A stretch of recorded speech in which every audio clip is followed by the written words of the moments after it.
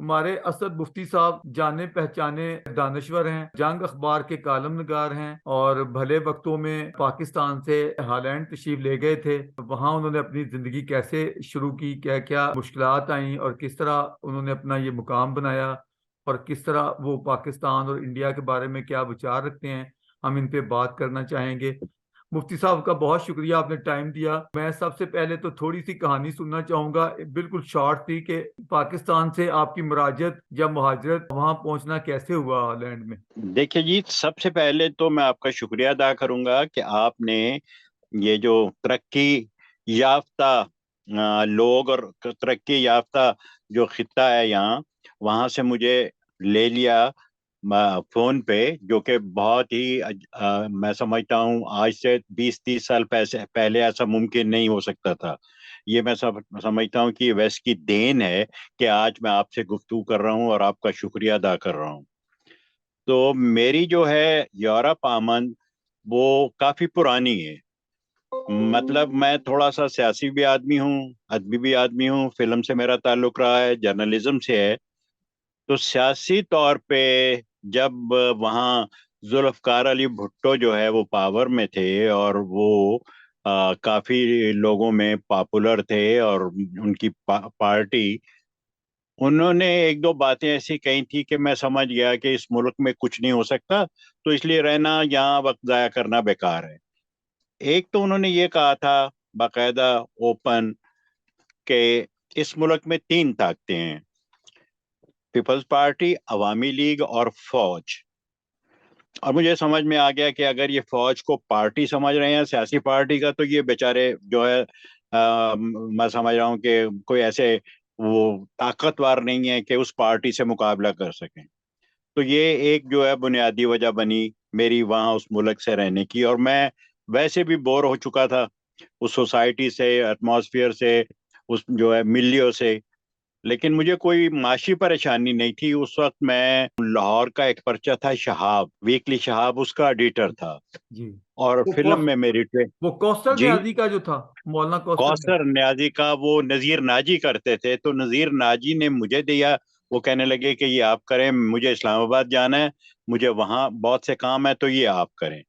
तो मैंने कहा ठीक है। मैंने कोशिश की टालने की कि जी मैं फिल्म में हूँ, चूंकि मेरे पास इतना वक्त नहीं है। उन्होंने कहा कि नहीं, ऐसी कोई बात नहीं, तुम फिल्म सारा दिन या सारा हफ्ता तो नहीं होती शूटिंग, तुम करके तो यहाँ आओ और इसको देखो मैटर को, और ये तुम करो। तो मैं मान गया, मुझे भी समझ में आ गई कोई इतना मुश्किल नहीं है जर्नलिज्म, क्योंकि मेरी कंट्रीब्यूशन इमरोज में बहुत ज्यादा थी एज ए फ्रीलांस, 65 से लेके 72 तक, जब तक मैं वहां था एज ए फ्रीलांस सबसे ज्यादा मेरी कंट्रीब्यूशन थी। इसलिए जर्नलिज्म मेरे लिए कोई ऐसी नहीं थी कि मैं नहीं कर सकूंगा या कोई उसमें अड़चन आएगी। एनीवे, 72 में आप हॉलैंड पहुंचे। जी हाँ, 72 के एंड में जो है वो मैं पहुंचा। और मैं इसलिए हॉलैंड में नहीं पहुंचा, यानी हॉलैंड मेरा नजरिया या मेरा मुमता नजर नहीं था। मुझे फिल्म की ट्रेनिंग लेनी थी कि मैं वहाँ चूंकि रह रहा हूँ, और जितनी मुझे वहाँ ट्रेनिंग लेनी थी, देखना था, उनसे बात करनी थी, वो मैंने कर ली वहाँ पाकिस्तान में। जी। जब मैं असिस्टेंट हुआ रजा मीर का, तो मुझे अहमद बशीर ने एक बड़ा अच्छा जुमला कहा था। वो कहने लगे कि देखो तुम फिल्म में जा रहे हो, तो मेरी एक बात याद रखना। मैंने कहा जी फरमाइए। तो कहने लगे कि वहां से कुछ लेके ना आना, एक कान से सुनना, दूसरे कान से निकाल देना, देखना दिन को, रात को भूल जाना।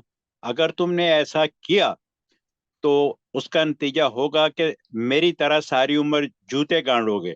लेकिन अगर तुमने नहीं किया, अपना और किया फिल्म देखने का अंदाज और उनकी नकल की, और जैसा वो कर रहे हैं वैसा किया, तो तुम कुछ नहीं कर सकोगे।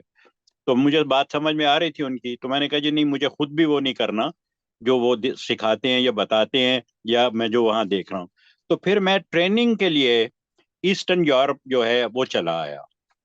मैं बाई कार आया था, क्योंकि उन दिनों जो है ये नहीं जाने देते थे विजय से, बाई एयर का प्रॉब्लम था। तो फिर हमने दो एक दोस्तों ने हमने कार एक ली और वहां से बाई रोड निकल आए। तो मुझे फिर जो है मास्को जाना था। मास्को जाने से पहले जो है मैं ऑस्ट्रिया गया।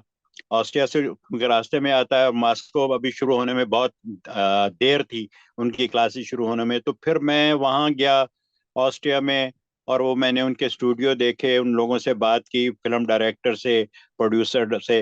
तो फिर मैंने चेंज किया अपना इरादा कि मैं यहाँ भी रह सकता हूँ। उन्होंने कहा तुम यहाँ रह सकते हो, ट्रेनिंग ले सकते हो, हमारे पास भी वही हैं टीचर जो ईस्टर्न यूरोप में हैं, वहीं से वो हिजरत करके आए हुए हैं।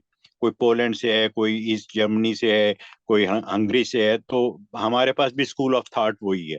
तो मैंने कहा ठीक है। फिर मैं उसी वक्त जो है उसने मदद की मेरी, और वो मुझे कमरा ले दिया यूनिवर्सिटी में, और उसने कहा कि कल से तुम शुरू हो जाओ, क्योंकि तुमने बुनियादी जो है वो तो सीखा हुआ है, अब तुम्हें आगे जाना है, हायर एजुकेशन लेनी है। तो मैंने कहा ठीक है, मैं ये कर सकता हूँ। तो इस हिसाब से फिर मैं वहाँ रह के मैंने शुरू कर दिया। फिर वहां से ट्रेनिंग ली 2.5-3 साल की, और फिर मुझे जॉब मिल गया यहाँ हॉलैंड में। उस जॉब पे मैं फिर यहाँ आया। उसके बाद फिर नहीं मैं गया, फिर मैं ये जॉब करता रहा, 21 साल मैंने जॉब किया, और उसके बाद पेंशन रही। मुफ्ती जी जी। साहब, ये बड़ी दिलचस्प कहानी है, क्योंकि बड़े भले वक्त में वहां पहुंचे हैं और अपने कदम जमाए, आज आप उसके सम्राट दे रहे हैं। अगर पाकिस्तानियों को मौका मिले, मैं समझता हूँ कि आधा पाकिस्तान जो है वो अब यूरोप दौड़ने के लिए तैयार हो जाएगा।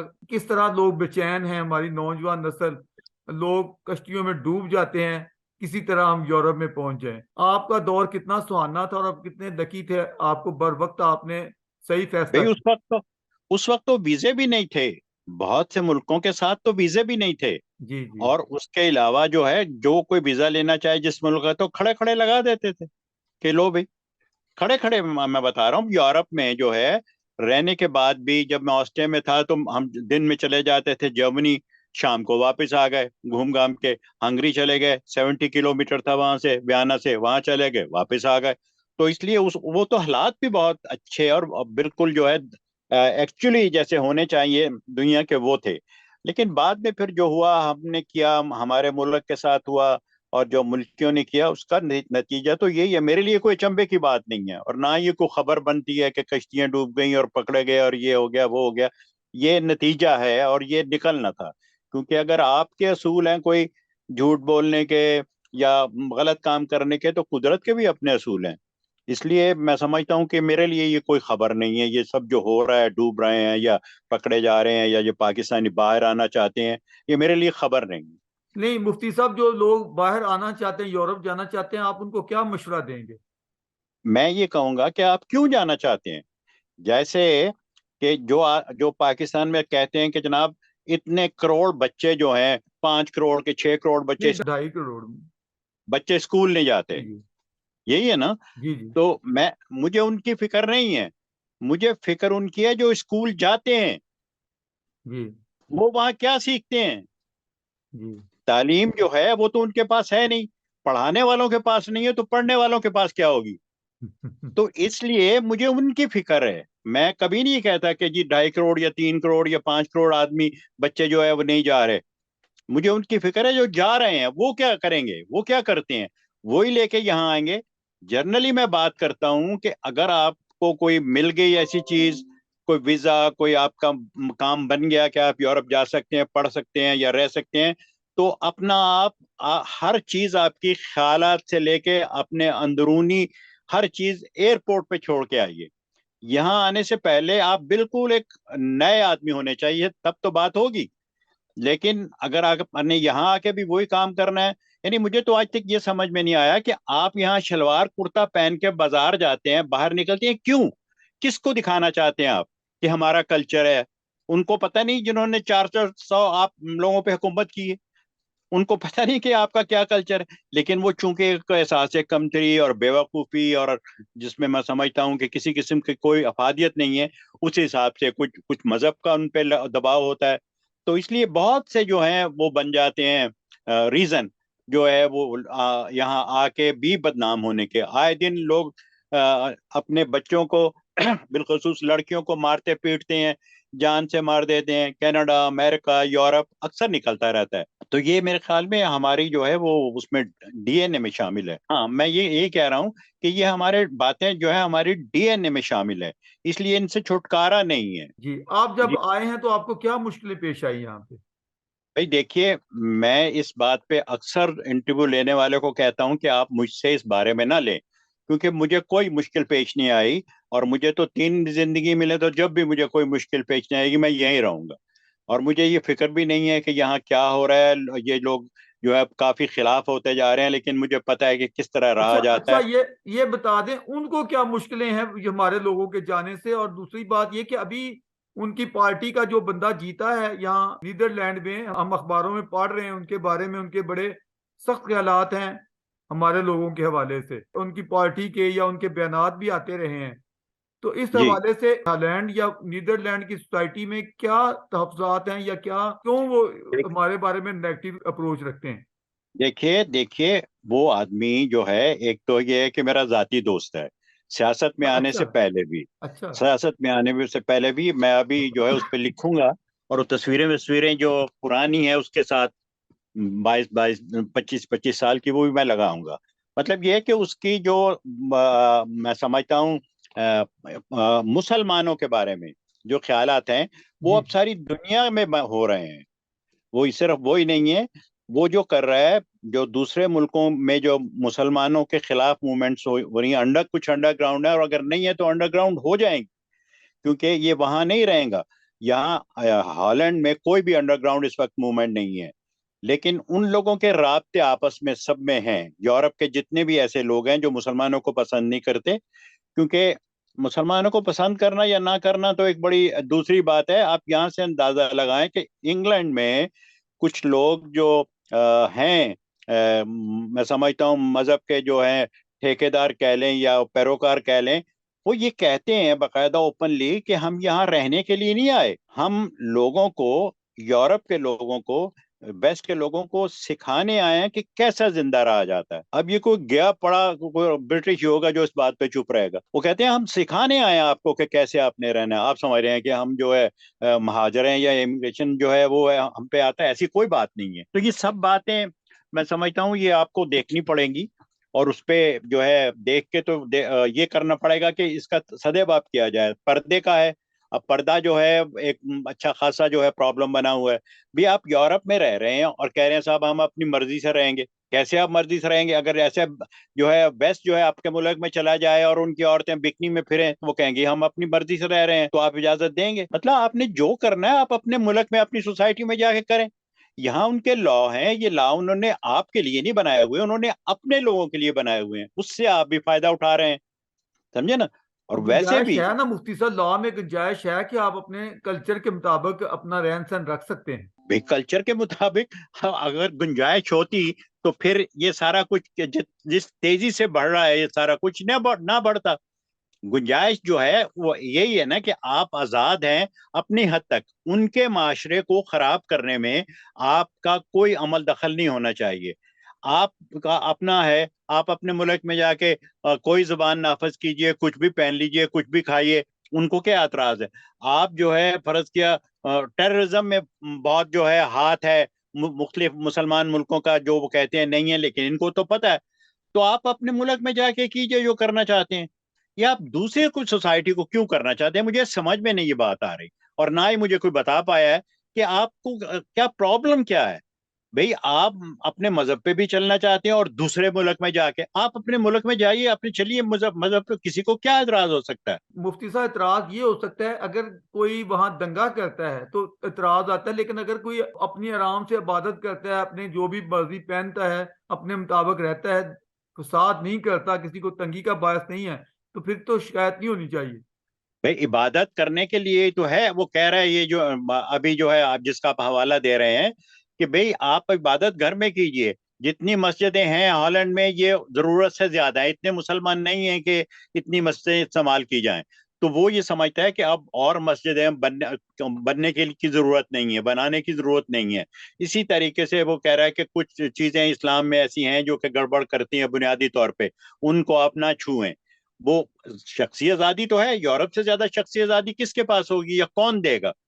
समझे ना? ये तो आपका सवाल जो है बड़ा अजीब सा है कि जी वो जो आप घर में कुछ भी करें, इबादत करें। और इबादत का मसला है, आपको पता है कि जो पाकिस्तान से लोग आते हैं वो यहाँ ज्यादा मजहबी हो जाते हैं, और वो इसलिए कि उनके पास कुछ भी नहीं रहता, ना उनका कल्चर, ना उनकी जुबान, ना उनकी खुराक। एक मजहब ही ऐसा होता है जिसको कोई नहीं छूता, तो वो ज्यादा जो है मजहबी हो जाते हैं। एक नमाज के बजाय वो पांच नमाजें पढ़ते हैं, रोजे रखते हैं, जुकात देते हैं। तो ये बातें जो हैं ये तो समझ में आती हैं हमें। तो आप ऐसा करें ना कि आप उनकी सोसाइटी पे या तो उनको अपनाइए, उनके अलावा अपनाइए, या फिर अगर पैसा कमाना चाहते हैं जल्दी से कमा के जाइए अपने मुल्क में और वहां जाके जो करना चाहते हैं करें। यहाँ तो नहीं वो करने देंगे ना, किसी न किसी तरीके से आप पे कदम तो लगेगी। तो ये सब बातें बैठ के करने वाली हैं, ऐसे इंटरव्यू में इनका मेरे नहीं ख्याल में हाथा हो सकता है। क्यों नहीं हो लेकिन सकता मुफ्ती साहब, ये बताएं, क्या ये ऐसी कोई तजवीज नहीं आप दे सकते कि कोई बॉन्ड भर लिया जाए कि मैं यहाँ रह के मैं इन सब असूलों की पासदारी करूंगा और इनके खिलाफ नहीं जाऊंगा, अगर मैं जाऊंगा तो मुझे मुल्क से निकाल दिया जाए बेशक। नहीं, तो ये जब जब वो अपना पासपोर्ट देते हैं तो ये हलफ तो उठाते हैं। जी हर आदमी जो हलफ उठाता है वो पासपोर्ट लेते हुए, तो उसमें यही कुछ जो बातें होती हैं। लेकिन ये बातें कौन मानता है? वो फिर अपना वही काम करते हैं। आए दिन आप देखते हैं कि पहले वो गोलियां वोलियां चलती थी, अब वो चाकू की दौर शुरू हो गया। इंग्लैंड में इधर उधर चाकू मारे जा रहे हैं। तो मुराद ये है कि आप ये बताइए खुद खुद को भी और दूसरे तुम भी कि आप करना क्या चाहते हैं। पूरी दुनिया पे बादशाह करना चाहते हैं, हुक्मरानी करना चाहते हैं? बताइए उन्हें खुल के। आप उस टेक्नोलॉजी का मुकाबला आप बातों से करना चाहते हैं? बताइए उन्हें खुल के। अपने राइट, अपने आपके राइट जो है क्या आपके मुल्क में आपको राइट मिलते हैं? आपके मुल्क फर्ज किया पाकिस्तान में राइट है, लोगों के पास बुनियादी राइट है? यहाँ है। वहां जो है महंगाई का जो दौर चल रहा है, यहाँ नहीं है। तो ये सब बातें आप हकीकत पसंदा ना अंदाज में देखिए ना। जैसे मैं कह रहा हूँ कि ये तो बैठ के करने वाली हैं, और उन लोगों के साथ जो इसके जिम्मेदार हैं। कई मुल्कों में मैं नाम आपको गिनवा सकता हूँ कि पिछले 40 साल से ब्रोड यानी ब्रेड, अखबार, स्कूल, ट्रैम, इनके किराए नहीं बढ़े। वो क्या बात हुई? ये बुनियादी चीजें हैं इंसान को नहीं जिंदा रखने के लिए, नहीं उनको नहीं, सहूलतें देने के लिए। ये तो अच्छी बात है, लेकिन मुझे ये बताएं अच्छी कि बात नहीं है ये, आपसे उन्होंने तईद नहीं लेनी। अच्छी बुरी को छोड़ दीजिए। जी जी आप अपनी सोसाइटी बनाइए। इनको देख के जरूरी नहीं है आप कोई अपने मतलब की बात हो तो वो कहते हैं जी इंग्लैंड में भी ऐसा है, यूरोप में भी ऐसा है। बाबा, इंग्लैंड में जमहूरियत भी है, यूरोप में जमहूरियत भी लाइए और फिर बात कीजिए। ऐसे ही खाम का जो आपको आपको सूट करती है बात, उस पर कह देते हैं कि जी यूरोप में भी ऐसा है। लेकिन ये पता नहीं है कि यूरोप में और भी बहुत कुछ है। तो वो ये सब बातें बेवकूफ बनाने की हैं। मैं तो कह रहा हूँ कि छो यार की तुसी कर रहे हो ना, नहीं। उत्थे कुछ हो सकता है ना, कुछ मुफ्ती हो साहब, सकता है और ना आप किसी ये ने करने बताएं, देना। ऐसे लोग जो हमारे लोग वहां गए हुए हैं उनमें कितने परसेंटेज ऐसे लोग हैं? मेरा तो ख्याल है बहुत मामूली तादाद के लोग होंगे ऐसे। भाई मेरे अपने जाती तौर पे कि पाकिस्तान के जो लोग हैं यहाँ भी और वहां भी, पाकिस्तानी मुसलमान, वो अंदर से 99% असामा है। अगर आप कहिए तो मैं आपको जो सबूत दे सकता हूँ, कहलवा सकता हूँ उनसे। आप मुझे टेप रिकॉर्डर दे दें तो मैं वो छुपा के, तो हाइडिंग करके, तो मैं आपसे उनको बकवा दूंगा कि हाँ वो ठीक करता था। अच्छा, पता आपकी है उनसे आपको? उनसे आप मुलाकातें तो होती होंगी, तो पा, वो क्या उनके। पाकिस्तान में असामा के नमूदार होने के बाद 37% लोगों ने अपने बच्चों का नाम असामा रखा है। आप क्या बात कर रहे हैं? जी भाई जी ये कहने की बातें हैं ऐसे ही कि जी हमारे राइट, तो जी हमारे तो राइट, तो हमारे तो राइट। आपके राइट को कौन छू रहा है? आप अपने मुल्क में राइट लें, किसमें हिम्मत है वहां राइट लेने की? अब वो बलोची जो कर रहे हैं, यार ये को खुदा का खौफ खाओ। यहाँ हमें सहना पड़ता है, हमें बताना पड़ता है कि ये क्या हो रहा है और गलत हो रहा है। हम कैसे आपकी जो है वो कर दें तस्दीक, या कैसे आपकी तईद कर लें, या कैसे हम कहें कि जी हाँ वो ठीक हो रहा है, हमारा मुल्क है इसलिए ठीक है? नॉनसेंस है ये। नहीं, पहले आप ये जो है एक बात को खत्म कर लें। मुझे ये बताएं कि ये आप इन लोगों को मिलते हैं तो हमारे जो लोग जिनसे मगरब को शिकायतें हैं उनकी बुनियादी मुतालबे क्या हैं? वो वहां जाके चाहते क्या हैं? उनके अजायम क्या होते हैं? वो क्या बताते हैं आखिर वहां पहुंच के गैर मुल्क में? वो क्या डिमांडें करते हैं? भाई ये लोग जो हैं, हमारे लोग जो वहां पहुंचते हैं वो यहाँ रह के यहाँ आकर भी उसी तरह रहना चाहते हैं जैसे वो पाकिस्तान में रहते आए हैं। तो ये मुमकिन नहीं है, इट्स नॉट पॉसिबल। अगर आपने मजहब पे अमल करना है तो अपने घर में कीजिए, किसी को कोई इतराज नहीं। ठीक है, मसलन फर्ज किया कि वो जिबा करने की बात है बकरा ईद पे, वो नहीं करने देते। अब उन्होंने बताया कि भी आप इस तरीके से कर सकते हैं, लेकिन ये लोग नहीं कर मान रहे। तो ये सब बातें जो है बुनियादी हैं, आपको उनके लॉ को ओबे करना पड़ेगा, सीधी सी बात है। और फिर वो आपके राइट भी बढ़ा सकते हैं, बढ़ते जाएंगे पूरी दुनिया में। जब जैसे जैसे रोशनी फैलेगी वैसे वैसे आपके जो है वो भी बढ़ते जाएंगे। ये ठीक है कि हर मुल्क का आदमी हर मुल्क में रह सकता है, लेकिन हर आदमी पढ़ा लिखा तो नहीं होता ना। जैसे आपके वहां से अनपढ़ आते हैं, यहाँ भी अनपढ़ हैं जो कहते हैं नहीं भाग जाओ यहाँ से, हम नहीं लेते, हम नहीं लेना चाहते। मसलन यही जो है सब कुछ जो आपके सामने हो रहा है यूरोप में। एक औरत ने पिछले दिनों खत लिखा अखबार को, लेटर टू एडिटर, कि आप इन सब गैर मुल्कियों को बाहर निकालें। अगर और आपको अगर जो काम ये करते हैं ज्यादा वो थर्ड क्लास ही होते हैं ना, सफाई के, तो अगर आपको काम करने के लिए आदमी नहीं मिलते तो मैं वॉलंटियरी जो है दिन में 8 घंटे आपको काम मुफ्त करके देती हूँ, निकालें इनको। इसके पीछे एक कहानी होगी। यूं ही तो नहीं उसने कह दिया ना, ऐसे तो नहीं उसने कहा कि निकालो को मैं करके देती हूँ, मैं रिटायर आपने हूँ क्या लेकिन मैं कर क्या देती हूँ। नोट किया है उन लोगों को जो इस तरह बोलते हैं, ये लेटर लिख रहे हैं, ये अप्रोच पाई जाती है खास तौर पे मुसलमानों या पाकिस्तानियों के बारे में, वो क्या बयान करते हैं, उन एतराजात उनके क्या हैं? भाई एक इतराज नहीं है, आपका रहने का तरीका आपका अपना है, दुनिया से मुताबिकत नहीं रखता। आप जो है जब आपके बच्चे जवान होते हैं, बिलखुसूस लड़कियां, तो उनको पाकिस्तान भिजवा देते हैं। आप यहाँ रहते हैं, सारी जवानी आप यहाँ गुजारते हैं और रंग बिरंगे आपके शगल होते हैं, लेकिन आपके जब बच्चे जवान होते हैं तो उनको पाकिस्तान में, ये क्या तरीका है? वो लड़की पीटती हैं जिनको फिर यहाँ बन जाता है रहने का तरीका, और रहने का सलीका उनको आता है, वो कहती है हम नहीं जाएंगे अपने मुल्क में, no Morocco, no Marrakesh, no Pakistan, no India, वो यहाँ ही रहते हैं। लेकिन खैर ये इंडिया का तो मैंने यूं ही नाम ले दिया, वहां उन लोगों के लिए ये मसले नहीं है, ये हमारे लिए और बिलखसूस मुसलमानों पाकिस्तानियों के लिए है। मुफ्ती साहब, हर इंसान का राइट है वो अपने कल्चर के मुताबिक जिंदगी गुजारे, कहाँ? कहीं भी कहाँ? दुनिया में कहीं भी तो अपने अगर कल्चर। ठीक है तो फिर पाकिस्तान ये आती हैं, यहाँ के यूरोप की लड़कियां तो बिकनी में जो है जाएंगी वो बाहर, उनका भी कल्चर है, इजाजत देंगे? बताइए ना, जो है इजाजत देंगे? देखे ना, ऐसी तो नहीं, बात है। ये बात आपका सुनिए, मसलन मैं आपको बताऊं कि यहाँ जो है जो आदमी एडिक्ट हो जाता है किसी भी नशे का, उसको पुलिस देती है अपनी तरफ से कि खत्म हो, पुलिस ज्यादा थाने के, यार मेरे पास वो हीरोइन नहीं है, वो नहीं है, तो शॉट चाहिए मुझे, वो दे देते हैं। उसको पता है कि अगर हम नहीं देंगे तो ये कुछ ना कुछ चोरी चकारी मारे पीटेगा किसी को और अपना जरूरत पूरी करे, बेहतर यह है कि तुम दो। फिर वो उसकी जो है वो करते हैं पूरा एनालिसिस, और उनको लिए घर बनाते हैं, और फिर उनमें रखते हैं, उन लोगों को इलाज करते हैं, ट्रीटमेंट होता है, और वो आहिस्ता आहिस्ता ठीक हो जाते हैं। तो इनकी जो जेलें हैं वो आपके अच्छे खासे खानदान घरों से बेहतर हैं। खाना आपका छुरी कांटों से देते हैं, पूछते हैं भी क्या खाना है आज तुम लोगों ने, आज क्या मेनू चलेगा, हराम हलाल का कोई जिक्र ही नहीं, आपको हलाल मिलेगा फूड। तो तो ये सब बातें। फिर तो जो हमारे लोग यहाँ प्रॉब्लम में है, जिंदगी जानवरों जैसी गुजार रहे हैं, वो तो चाहेंगे कि हमें जेलों में ही रख लिया जाए वहां।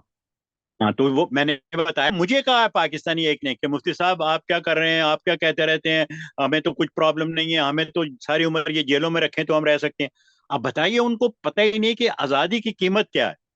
चाहे आप कुछ भी ना करें, जेल जो है वो तो जेल ही है। अब वीकेंड पे भी आप जो मुजरम है वो घर जा सकते हैं। अच्छा।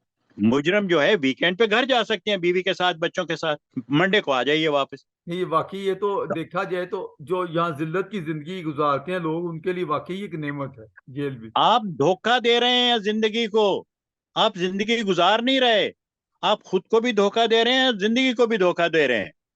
आपको पता ही नहीं कि आपने करना क्या है। आपने अभी तक ये डिसाइड नहीं किया कि आपका सिस्टम हुकूमत का क्या होगा, सदारती होगा, जमहूरियत होगी, पार्लियामेंट होगा, आमिर होगा, इस्लामिक हो, आपको कुछ नहीं पता अभी तक। इसलिए जैसा भी गुजर रहा है ना, जैसे गाड़ी गुजर रही है गुजरने दें, इस मुल्क का कुछ नहीं हो सकता, मेरा ये आज भी है, और आज से 40 साल पहले भी मुझे यही था कि ये नहीं हो सकता, अच्छा, कुछ नहीं अभी हो आपने सकता। बलूचिस्तान के हवाले से बात की है कि बलूचिस्तान के क्या सूरत हाल है, तो क्या सूरत हाल आपके नजर में है?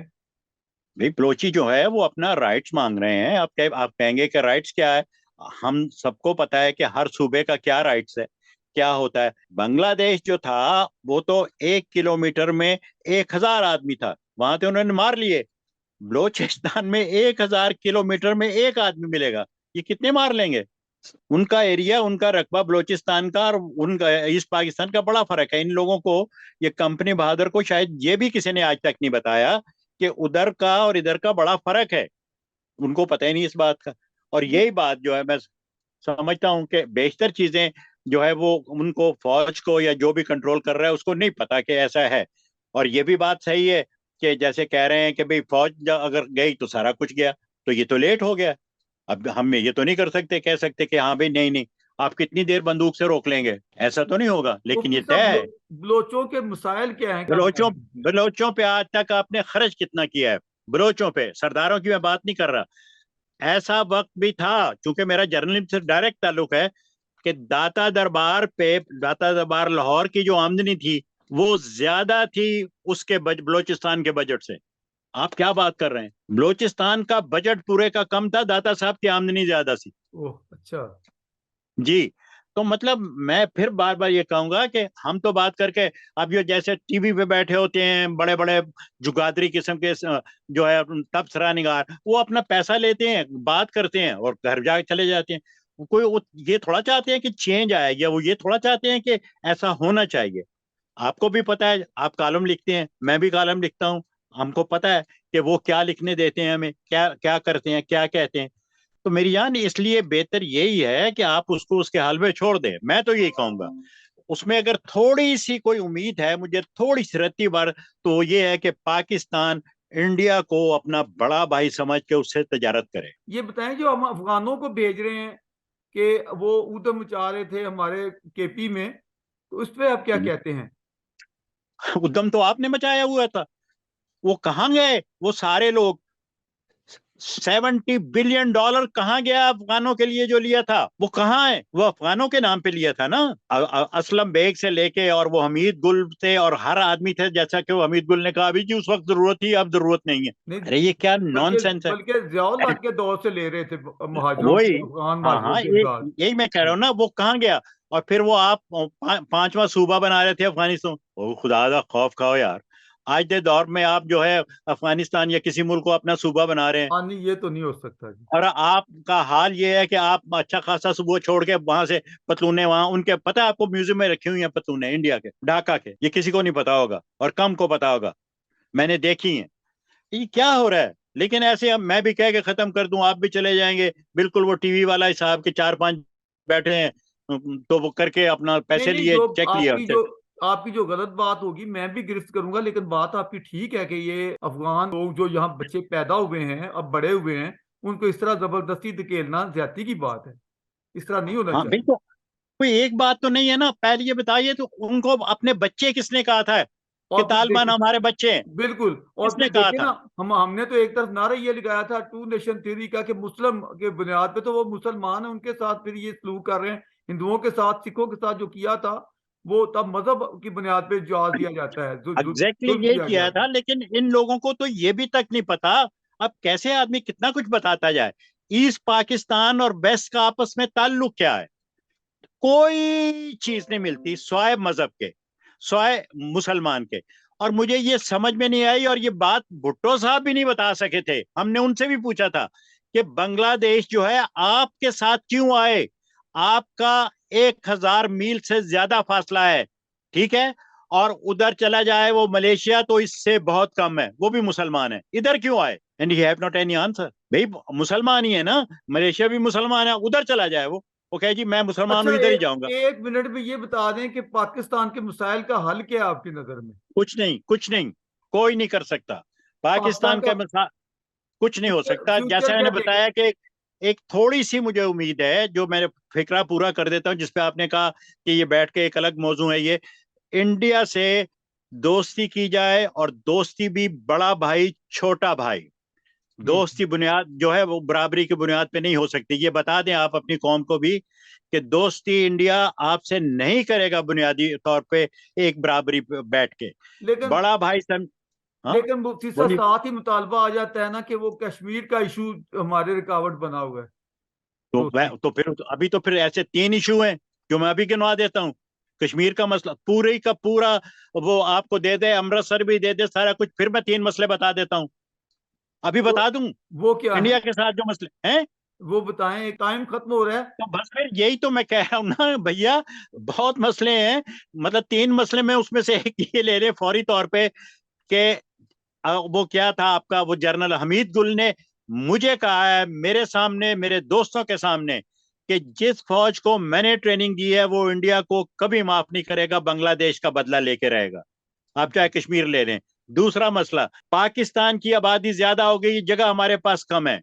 हमें जगह चाहिए, हमें और इलाका चाहिए इंडिया का। तीसरा मसला कि जितनी चीजें हैं, जितने इस्लामिक जो है वो सेंटर है इंडिया में, मसाजिद हैं, किले हैं, ताजमहल है, कुछ भी है वो मुसलमानों का है। उसके कस्टोडियन हम बनेंगे, उसकी देखभाल हम करेंगे, नहीं, पाकिस्तान करेगा। ये तो जहालियत की बात है, इस तरह तो नहीं भाई तो होता ना, मुमकिन ही तो नहीं। आप कह रहे हैं ना, मैं मसलों की बात कर रहा हूं। ये जी बात भी पता नहीं लोग भूल क्यों जाते हैं। परवेज मुशर्रफ ने कराची नेवी को खिताब करते हुए कहा था कि कश्मीर का मसला सॉल्व भी हो जाए तो फिर भी भारत के साथ हमारे मसले हैं। आप क्या बात कर रहे हैं? नहीं नहीं, ये बातें बिल्कुल ठीक हैं, ये हमारे जब ये निकालना पड़ेगा खन्नास, इसके बगैर तो नहीं हो सकता ना इस तरह पाकिस्तान भाई सरवाइव। सीधी मुफ्ती साहब, मैं सीधी आपका बड़ा थैंकफुल हूँ, आपके साथ पाक इंडिया रिलेशन के हवाले से हम अलहदा नशिस्त रखेंगे।